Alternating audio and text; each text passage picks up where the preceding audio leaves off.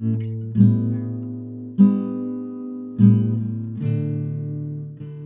audio snippets used in this podcast are taken from the Mellon Foundation Oral History Program's archive. The stories produced through this podcast series and the opinions and statements that may be contained herein do not reflect those of the District 6 Museum, but rather the individuals hosted within this series. Welcome to another episode in the District 6 Museum Vusalela Ons Luister podcast series. Today we're going to talk about the famous bioscopes of District 6. Bioscopes hold a unique place in people's history and memories of District 6. And according to Fakier Jessa, the burning of the Star Bioscope, one of District 6's more iconic spaces, signaled the start of the destruction of the area. In this podcast, we will hear directly from the patrons of these bioscopes, who each in their own way shared a bit about the quirks and character of their favorite bioscopes. There was a cultural hub in District 6 between the Avalon, the Star, the British and the National. That was a cultural hub. People loved going to bioscopes. They loved going to movies. I mean, women used to dress up with all kinds of hairstyles and put on crazy pointed shoes, and then they would go to bioscope. What kind of movies were you watching then? They were coming back and talking about movies all the time. So the movie industry in District 6 was an amazing cultural hub. It was part of the culture of people and how they could exchange. Because we get British movies, we get American movies, right? Yeah. And then people sort of identified with that kind of culture. And the movies was also a form of education for District 6 people. Some. Right. Some massive education. So by destroying the cultural hub, you are actually destroying the people. And that's a principle that I live by. If I want to destroy people, I destroy the cultural hub. The same what apartheid did to people. We destroy the cultural hub. Fakier Jessa gave us a brief description of the various bioscopes of District 6, and more importantly, spoke to the significance of these bioscopes as cultural hubs. But what do others have to say about the very same bioscopes? How are these cultural hubs represented through the voices of others who bought tickets, watched movies, and socialized in these spaces? Let's take the Avalon Bioscope for example. But before we get into that, let's just have a listen to Auntie Nathalie Kruger and Mr. Clifford Schoonraad. I mean, that's one of the things that is coming strong is around your bioscope life. Oh, yes. So, can you tell us Avalon. Which one did you go to? Avalon. And the other? The Avalon, there was the Star Bioscope too. Yes. If you were a singer or attempted to be a singer, if you could pass that with a star, you were a star. Yeah. Otherwise you were booed off. If no one said sometimes, they booed you off. Yeah, the Star was opposite the fish market. Okay. And the other? The other bioscope was Obas. Oh, there was the Tapans Bioscope. It was a sort of the cheapest bioscope around. We used to call Obas. And then there was a National Bioscope. The National, yeah. The National? Yeah. That was in William Street. Yeah. A teacher of mine also stayed in William Street. Which one did you enjoy going to? Avalon. Why? Because it was very clean bioscope, very, how can I put it, well run by Chait. It's a very strict guy. Yeah. Took no nonsense. Oh, no even the crooks feared him. He took no nonsense. No cigarettes. Oh, sorry? There were no cigarettes smoking. No, you couldn't smoke there with Chait. Oh, you make me eat it. What kind of movies were you watching there? Oh, those times. Oh, let me think now. There was Mother India. There was Banner. No, Banner was by the gym. What was there?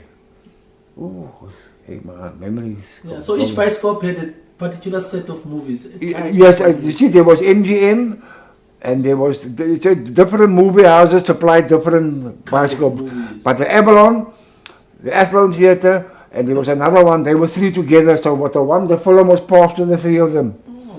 But the Avalon, they started by the Avalon. Yeah. They were in Russell Street. We had two bioscopes to support. Yes, but what was happening in those bioscopes? Avalon Avalon was the nicest bioscope for us. Yeah. And I remember I was very lonely. My mom and I were alone at home. So that night, 8 o'clock at night, we walked down to the bioscope. It takes about 10 minutes to walk to the bioscope. In the dark, my mother and I was ready. My mother was a great age. And we walked to the bioscope and came home at 10:30 in the dark. We were not afraid. We felt safe in and over street. The hooligans, they would say, "Ma loop in the pot, the very pot, the pavement looping." The Avalon Bioscope, situated on the corner of Hanover and Russell Streets, first opened its doors on the 30th of September 1940. The building was originally built during World War II with an air raid shelter in the basement. In its heyday, the Avalon Bioscope had a certain standard. Men could only enter accompanied by their formal jackets, and women were always dressed to the nine. No unsavory characters were ever allowed. The Star Bioscope, on the other hand, was District 6's very own Hollywood, where you took center stage and proved yourself as a performer. Where the Avalon Bioscope was a place of appointments only, formal dress codes, and ushers waiting for you at the door. The Star Bioscope, which stood on the corner of Clifton and Ashley Streets, was this gritty, smoke-filled arena where people tested their abilities as performers, where children played and gangs hung out, and patrons showed little patience for queuing. But don't take our word for it. Let's hear from Mr. Aboubarker Brown. We had a cinema this is right opposite my house. It's called the Star Bioscope, which was dubbed the London Palladium of Cape Town. You know why? You want to become a singer or an actor. That is where you go on stage, you pass out. And believe me, if you don't sing nice, you see rotten eggs come, tomatoes, not to hurt you. It's all about fun. Tully Peterson, Zane Adams, all those guys. Myself, we used to sing on that stage. You pass out there, then you can go and sing anywhere. The bioscopes of District 6 were venues that accommodated many different types of events. Like passing out at the Star Bioscope, boxing matches were often held at the National. The National Bioscope was built in 1908 in William Street, and by 1915, regular boxing matches were already underway. A poster of one of these boxing matches survived, dated Tuesday, December 7th, 1915. It was Hummel versus Johnson, a lineup promising two clever heavyweights who will show the public a most stubborn affair from start to finish. In its early days, the National was often used as a church, a Salvation Army center, as well as a concert hall. In later years, the top floor of the National Bioscope's 3 floors was the perfect smoking spot, and gangs needed no invitation to fill the top floor with their dagga smoke. Let's have a listen to Noor Ebrahim tell us a bit about his memories of the bioscopes, the gangs, and their smoking habits. This thing around, the bioscopes, which ones did you choose to go to and which ones did you not go to? We had 4 bioscopes in District 6. We had the British, the National, and one Avalon, that was called, the sturdy bioscope, Yeah. You couldn't go in there with the other jacket. Yeah. But to me, the main bioscope was the Star Bioscope. Yeah, why? 1,000 seats downstairs, upstairs about 200-300. Downstairs, all the gangsters used to sit there. Now each gang, and then with the other bunkies, each gang, the name was carved on the seat, on the back of the seat. Now I had 2 friends, Sally, Buba, they all passed away now. But Sally's still alive.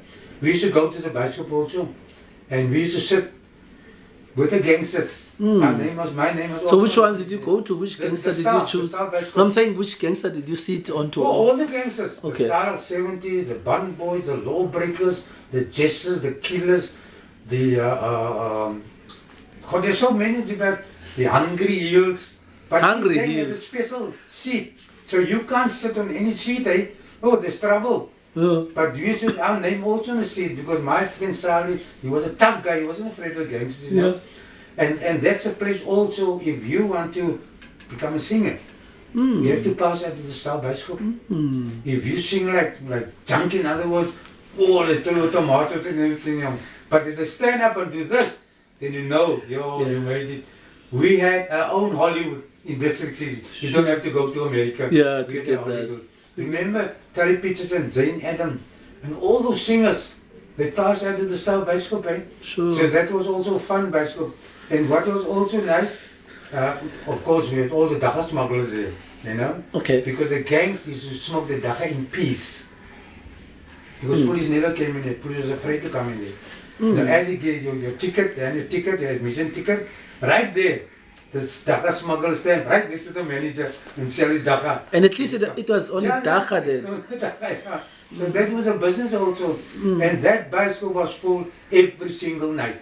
They used to play like one film 3 days, Monday, Tuesday, Wednesday, Thursday, Friday, Saturday night, another film, you know. But every night was full. Because the dagga, the owns smoked the dagga in peace there. It was a known fact that the gangs of District 6 enjoyed hanging out at the bioscopes like everybody else. As Noor so nicely put it, the gangs had a special place reserved for them in the Star Bioscope. But in the British Bioscope, it was the steps that attracted the gang's attention. The British Bioscope was situated on the corner of Caledon and Cannon Streets, easily recognizable by its 3 arches. Most of the bioscopes of District 6 were demolished with the destruction of the area. However, the Star Bioscope's fate took a different trajectory.